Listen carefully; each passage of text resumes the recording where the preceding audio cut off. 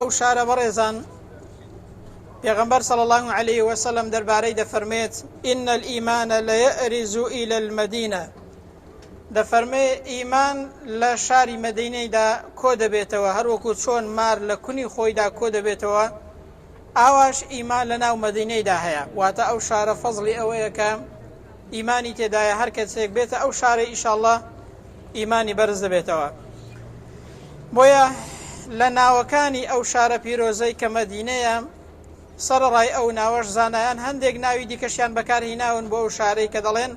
چەند ناوێکی دیکەشی هەیە ئەو شارە پێی دەڵێن دارولئیمان بۆچی پێی دەڵێن دارولئیمان چونکە پێغەمبەر دەفەرمێت ئیمان لەو شارەیدا کۆ دەبێتەوە ئینشاءالله ئێمەش بە ئەندازەی خۆمان ئیمان و تەقوا و ئیخلاسی لەگەڵ خۆمان دەبینەوە کە دەڕۆینەوە گوناه و تاوانی فڕە دەدەین ئینشاءالله لێرە ئەو شارە پێی دەڵێن ئەرض الهیجرە واتە ئەو شوێنەی کە پێغەمبەر و هاوڵان هیجرەتیان بۆ کردەوە بۆیە پێی دەڵێن دارولهیجرە ئەنجا ئەو شارە پێی دەڵێن دارولسەلامە پێی دەڵێن شوێنێک کە ئینسان تێیدا سەلامەتە هەم لە ئاژاوە و هەم لە گوناه و تاوان و هەم لە زۆر شتی دیکەش ئینسان تێیدا پارێزراوە پێی دەڵێن قوبەت الئیسلام قوبەی ئیسلامیشی پێ دەڵێن کە ئەو شارە شاری مەدینەیە و هەروەها تەیبەشی پێ دەڵێن واتە ئەو شارەی کە پاکە ئینسان تێیدا پاک دەبێتەوە ئینشاءالله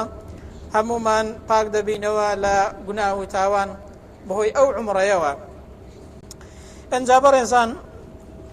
عومڕە وەکو زانایان باسییان کردووە مانای چییە و ئینسان بۆچی ئەو عومڕەیەی دەکات ئەلعومڕە لە زمانەوانیدا پێی دەڵێن ئاوەدانکردنەوە واتە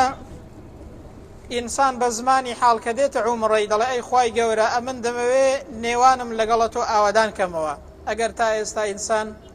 گوناه و تاوانێکی کرد بێت بینی خۆی لەگەڵ خوای گەورە تێکدا بێت چونکە گوناه